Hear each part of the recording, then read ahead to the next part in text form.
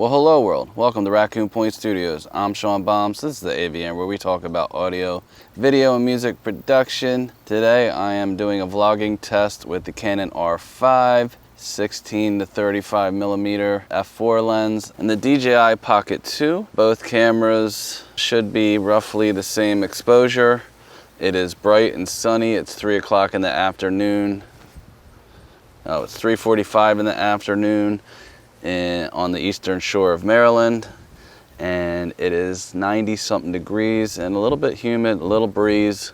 I know this isn't really a fair test as far as image quality, but let's see, how far off they are and what you can do with D-Cinelike compared to C-Log 3.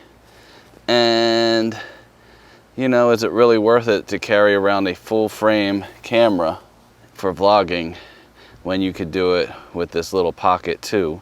I also am using the DJI Do-It-All handle with the lav mic that DJI makes, and I am using with the Canon R5 the Rode Go, wireless Go with a Rode lav mic, and I don't have a dead cat on the mic, but whatever. So let's see how they do. I'm gonna walk with both of these at the same time.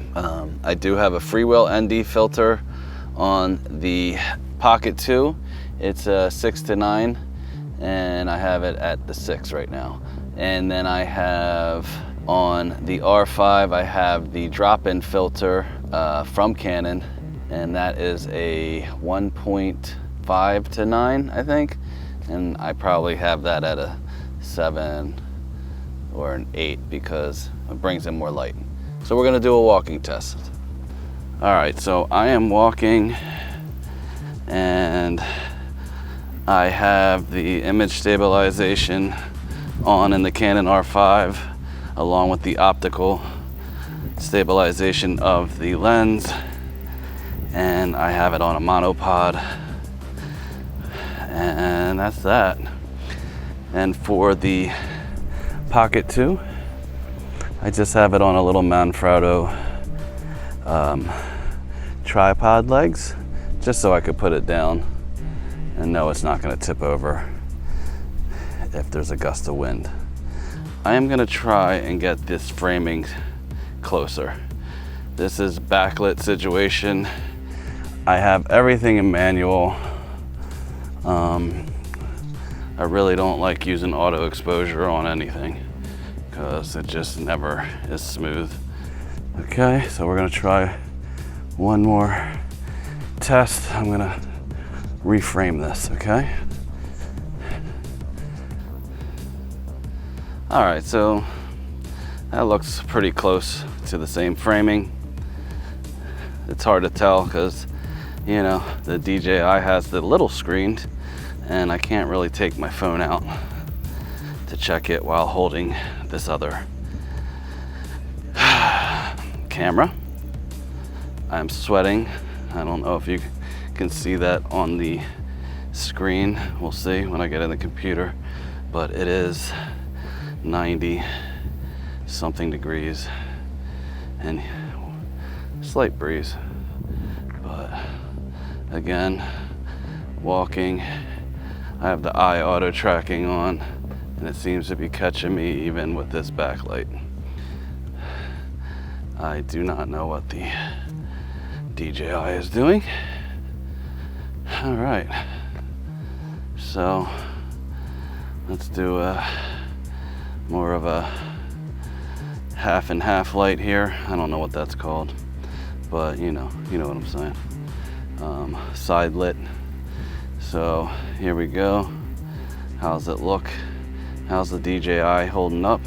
How's the audio? They both look like they're exposed exactly the same as far as the meter goes.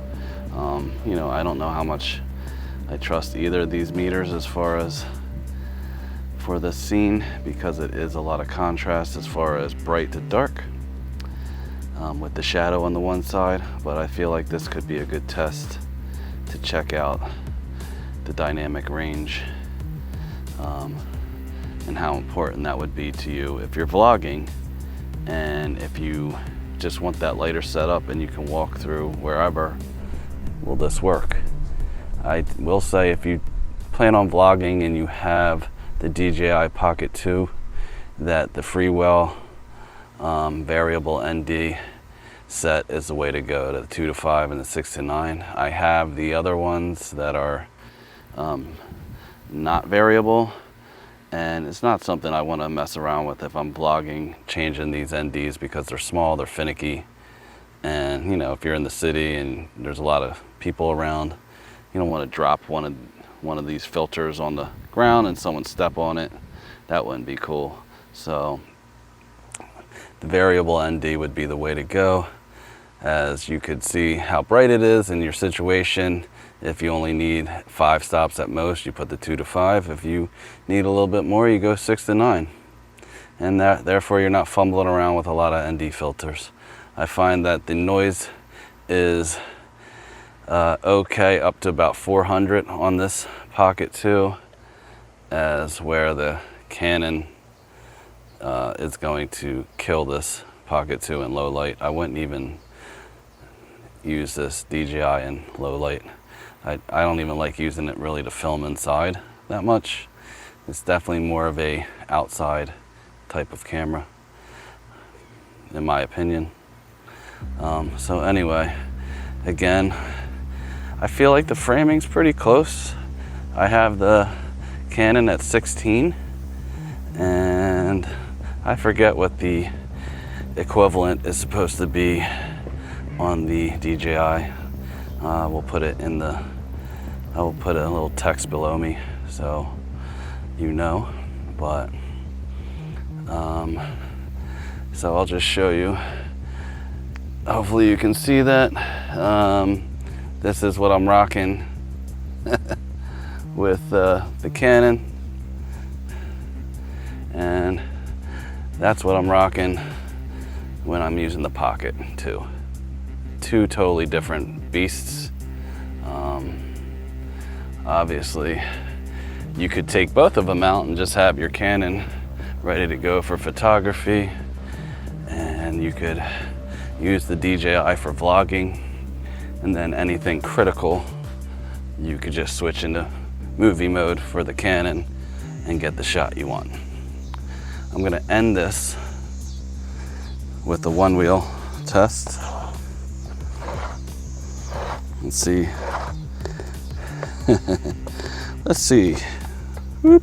See that? One wheel, and let's see what happens. Whoa, there we go. You never know. Sometimes the one wheel doesn't know if you're really on a flat surface. Not often, but once in a while, it gets a little wonky. And going up a hill. Let's go down, and we're riding around.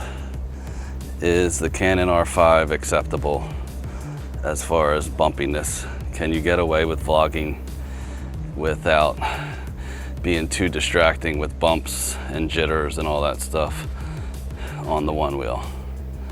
And I'm gonna go a little further here and do a turnaround. The Airbnbers probably think we're crazy. Who's this crazy guy riding around on that electric skateboard holding 2 cameras? But we'll see. All right, and that's also a wind test for the microphones. And that's the test. All right, whew. So obviously neither of them will win in this garage, but at least I can, with the Canon, have a little bit more leeway, because it has an aperture as well. So now we're at 400. I mean, now we're at f4, and the ND filter is at its lowest point, which is, I think, a 1.5. So we're roughly at a f.6 in the garage, I guess. All right, and As you can see, you cannot see anything with the DJI. All right, that's the test. Bye.